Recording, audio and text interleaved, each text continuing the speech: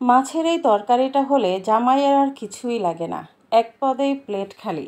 সব সময় কিন্তু মাংস, মাছ ভুনা এগুলো কিন্তু ভালো লাগে না। দেশীয় বা গ্রামীণ কিছু রান্না আছে যেগুলো একটা পদেই কিন্তু প্লেট খালি হয়ে যায়, আর এতটাই মজার হয় যে কি বলবো। আর এই গরমে তো এরকম একটা দুর্দান্ত রেসিপি কিন্তু ভালোই লাগে। প্রথমে একটা হাঁড়ি বসিয়ে দিলাম আর দিয়ে দিলাম সয়াবিন তেল। আর সয়াবিন তেলের উপরে দিয়ে দিলাম পেঁয়াজ কুচি। পেঁয়াজটাকে এখন একটু হালকা ভেজে নিব। যে পরিমাণ গরম পড়েছে এই গরমে কিন্তু হালকা খাবার খেতে কিন্তু বেশি ভালো লাগে। আর এরকম ঢেঁড়স আর মাছের একটা রেসিপি হলে কিন্তু আর কোনো কথাই নেই। কার কার এরকম পছন্দ অবশ্যই কমেন্টস করে জানাবেন। এখানে আমি দিয়ে দিলাম স্বাদমতো লবণ, রসুন বাটা দিয়ে দিচ্ছি আমি 1 টিস্পুন, আর হলুদের গুঁড়ো দিয়ে দিচ্ছি 1 টিস্পুন, ধনিয়ার গুঁড়া দিচ্ছি 1 টিস্পুন, আর লাল মরিচের গুঁড়োটা দিচ্ছি 1 টেবিল চামচ পরিমাণ। একটু ঝাল হলে ভালোই লাগে খেতে। আর এখানে জিরে গুঁড়ো দিয়ে দিচ্ছি 1 টিস্পুন। তো সবগুলো মশলা ভালো করে কষাতে হবে। মশলাটা যত সুন্দর কষানো হবে রান্নাটা থেকে কিন্তু খুব সুন্দর একটা ঘ্রাণ আসবে। যখন কিনা মশলাটা কষানো হয়ে যাবে সেই মুহূর্তে আমি এখানে মাছ দিয়ে দিচ্ছি। আপনারা যে কোনো রকমের মাছ দিতে পারেন। মাছটা একটু ছোট করে দিলেই ভালো হয়, এতে করে মাছের ভিতরে মশলাগুলো যায়।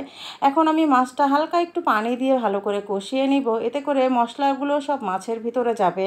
আজকে কিন্তু আমি মাছটা ভেজে দেইনি, আপনারা চাইলে ভেজে দিতে পারেন, কিন্তু ভেজে দেওয়া মাছের সাথে রান্না করা আর এরকম কষিয়ে দিয়ে ঢেঁড়স দিয়ে রান্না করার টেস্টটা কিন্তু আলাদা।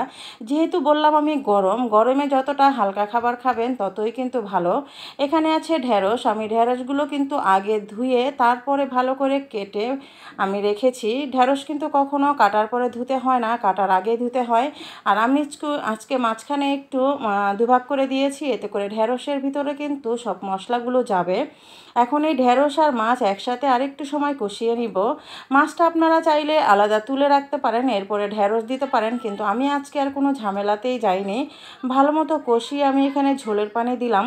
যেহেতু ঢেঁড়স আর মাছ দিয়ে রান্না করছি হালকা একটু ঝোলতে হবে, তা না হলে গরম ভাতের সাথে কিন্তু ভালো লাগবে না খেতে।